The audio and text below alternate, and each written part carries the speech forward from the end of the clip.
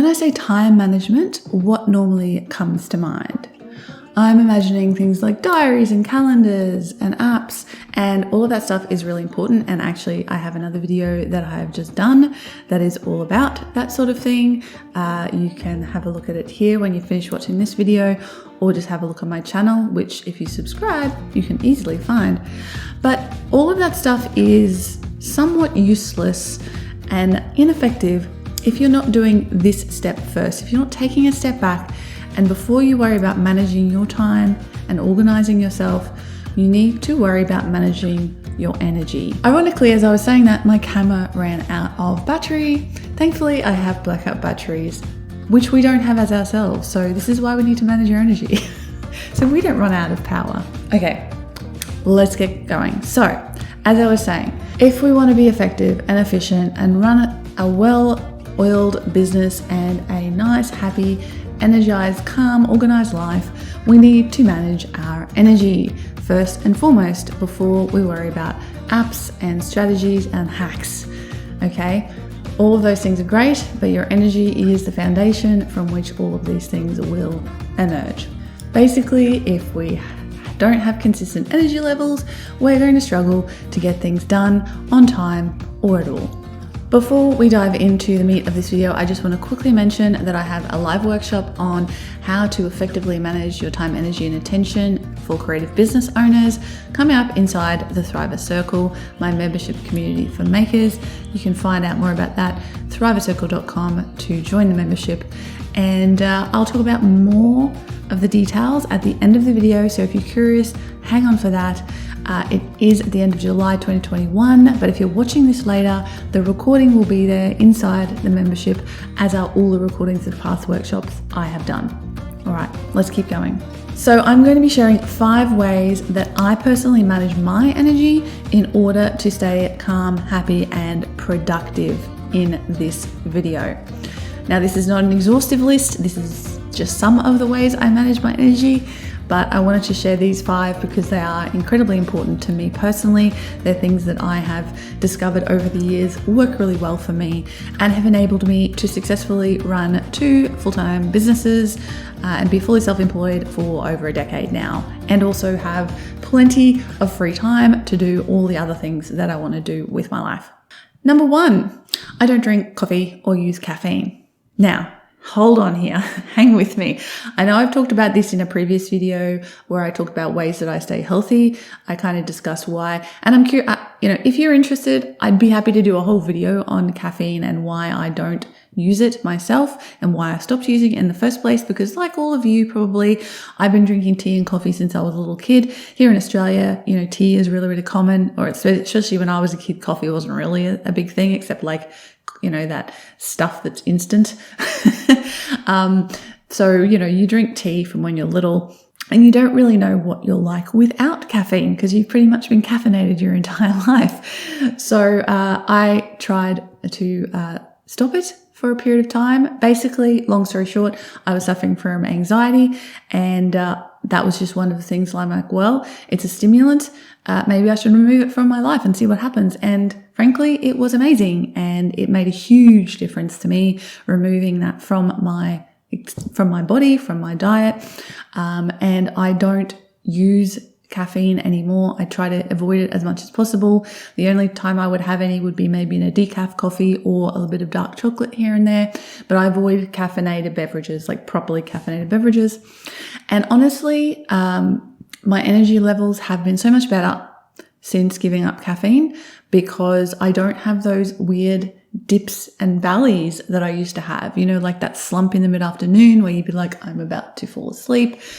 Things like that just are gone for me now because I'm not artificially, managing my sleep hormone, basically, or sleep chemical, which is what you're doing with caffeine, is you're artificially, replacing the sleep chemical with caffeine. Whenever you're awake, a chemical called adenosine slowly accumulates in your brain, and this adenosine binds to receptors which slow down brain activity. But it turns out that the caffeine in your coffee is incredibly similar to adenosine in structure. The caffeine works its way through your bloodstream and into your brain, where it starts to compete and binds with adenosine receptors. But because it's not adenosine, the sleepiness effect isn't felt. So for me, that has been incredibly important when it comes to managing my energy, because I now have much more smooth, consistent energy throughout the day. I don't wake up feeling like I need that caffeine hit to get going in the morning. I don't feel like I need that caffeine hit in the mid-afternoon to stay awake.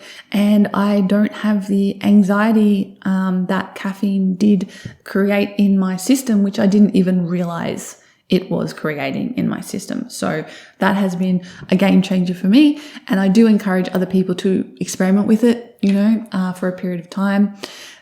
Depending on how much caffeine you do ingest on a daily basis, it can be a really difficult withdrawal period. I had one day of feeling like a zombie. I basically had no energy. I had to sleep pretty much all day and I had a horrible headache. But then after that, it was fine. So it's going to be different for everybody, but it was worth it for me personally, and I wouldn't go back.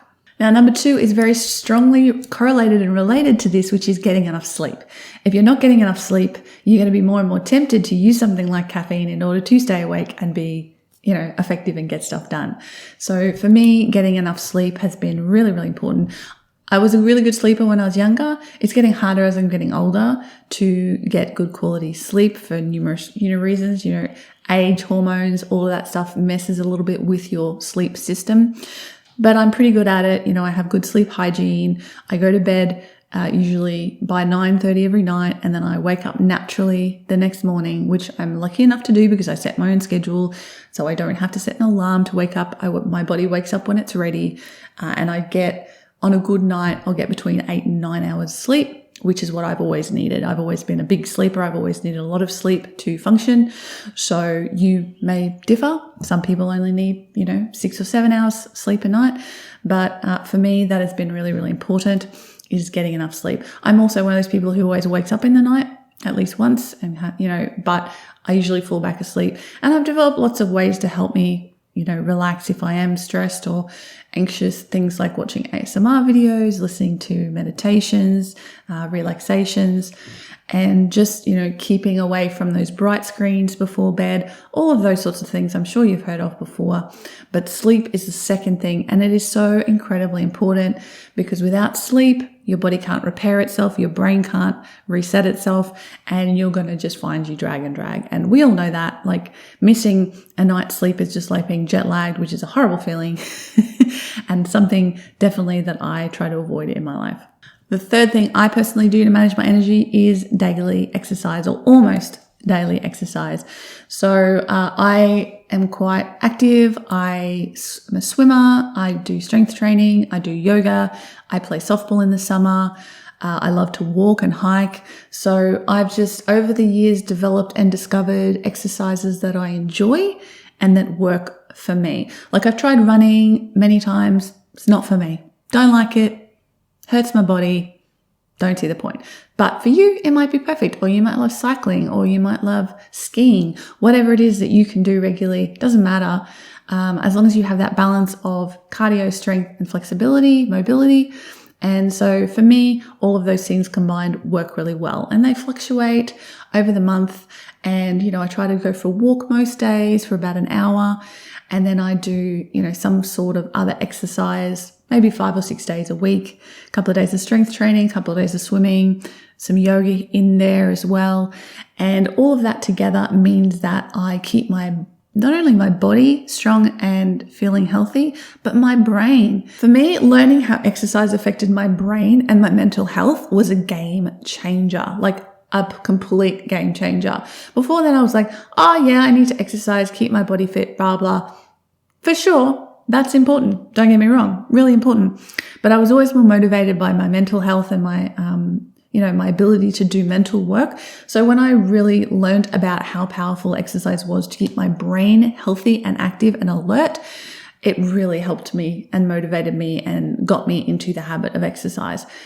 There's a great book on this called Spark, which I recommend you read if you're interested in this aspect of things. I'll put a link in the description. I have mentioned this book before because it was one of those books that changed my life, like literally changed my life. So that is why I exercise every day pretty much. It wakes your body up. It wakes your mind up. It keeps your hormones and your, neurochemicals in check. And it's just so powerful. And sometimes, when we feel the most stressed and the most tired is when we need to move our bodies because we're so sedentary, and that is not what we're supposed to be like. We're animals. We're meant to move. We're meant to do stuff with our bodies, not just with our brains. Okay, the fourth thing I've done to manage my energy has been incredibly important, and that is design my life around basically being an introvert. So I've designed my life to reduce stress, external stress and internal stress. And I've also designed my life so that I have plenty of alone time, which I need in order to be energized. So this is going to vary on whether you are more extroverted or introverted, whether you gain energy from being around people or whether you gain energy from being alone.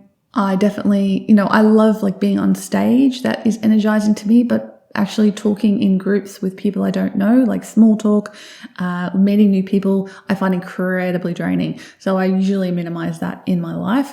And I also have structured my life so that I am very independent in my time, because that's really important to me. If I feel constrained, I feel stressed. So my life is very much designed around having the freedom to do what I want to do when I want to do it. And that's why working for myself and being self-employed and having online businesses and based from home businesses is really, really good for me personally. I know for some people, they struggle with working at home and being self-employed because they miss that work atmosphere and being with other people. So, your mileage may vary. You need to work out which of those is going to work for you and what's going to be better for you if you need to socialize more or less.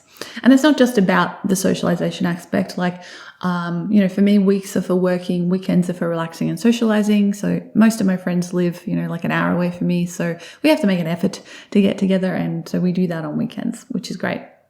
But I also have time on my weekends for myself and to spend with Nick as well. And this segues very much into number 5, which is I work a 4-day work week. This is something I'd kind of played around with and had dreamed about doing for a long time, but never committed to, because I was like, no, I've got 2 businesses, well, technically 3 businesses. We need to work 5 days a week to keep up with everything. And then at one point, I think it was about 2 years ago, maybe now, I just went, you know what? Let's commit to it. Let's commit to a 4-day work week, see how we go. And we both did it. Nick and I both work in the business together. And it was amazing. Once we actually committed to it and didn't just half-ass it, it worked really well for us. So we work Monday to Thursday, and then we have a long weekend. So Friday, Saturday, Sunday. And I think I mentioned this in my last video, that, sometimes it'll be flexible. Like if we need to do something on a Wednesday instead, then we'll work the Friday. So, we can sort of mix that up a little bit. We did experiment earlier in our career with working over weekends and having weekdays off, like doing 5 days, Saturday through to Wednesday, and then having Thursday, Friday off, which is great in that you can go do stuff during the week when there's less people out and about, and things are open. But it didn't work for us because of the aforementioned socializing with our friends, most of whom have normal jobs and work 9 to 5 Monday to Friday. And so we couldn't see them as much. So we had to just go with the cultural Monday to Friday thing and fit within that. So Monday to Thursday works really, really well for us. And we have found, we haven't needed that extra day most of the time because we were just procrastinating basically. And just letting the work expand to fill those 5 days when we really didn't need to. And so that was a really great realization that we could work less hours but be just as effective because we weren't procrastinating in those hours that we were working. We were instead actually getting our work done. So if you find, you kind of let the work expand to fill the time, and that's a principle, and I can't remember the name of it, but yeah, That exists. It's a thing. And so for us, having the 4-day work week has worked really, really well to help us balance our life overall. And it means we have that more of that free time to do the other things that we love and spend time with the people we love as well. So that's the 5 ways, or 5 of the ways that I manage my energy personally, the things that work for me. There are others, that's not an exhaustive list. I would love to hear in the comments below what works for you. How do you manage your energy? What do you implement into your life? What have you experimented with to manage your energy, and what is working for you? Are you going to try or work on any of the things I mentioned, like giving up caffeine, for example, in today's video? I'd love to hear from you. And if you enjoyed this, please do give it a big thumbs up to help the algorithm show it to more people, and hopefully help more people, find more energy in their lives and in their days. And of course, make sure to subscribe if you enjoy these sorts of videos and you are self-employed, or you run a business, or especially a handmade business. I talk about all of that sort of stuff on this channel every week. Now, if you did want to come and join me for that workshop on, how to have more time, energy, attention, how to manage those things as a creative person, so you don't feel too constrained, but you have a system that you work within that keeps everything running, and you can exist in a state of energized calm, then come and join me for that. It's happening at the end of July 2021 inside the Thriver Circle. To join us for the workshop, you just have to become a member of the Thriver Circle, which you can do over at thrivercircle.com, and the times for that will be available inside the Thriver Circle. Again, if you can't make the live time, the recording will be available 24 hours after I run the workshop, and you can ask me any questions that come up after taking the workshop in our private membership community, and I will always reply to you in there. So thank you to all the members of the Thriver Circle for making these videos possible. I wouldn't be able to afford to do this without their support. So if you do want to support me and this channel, joining the Thriver Circle is the absolute best way, because it will also support you and help you to grow a thriving and profitable handmade business. Thanks so much for watching. I'll be back again soon with another video. Bye for now.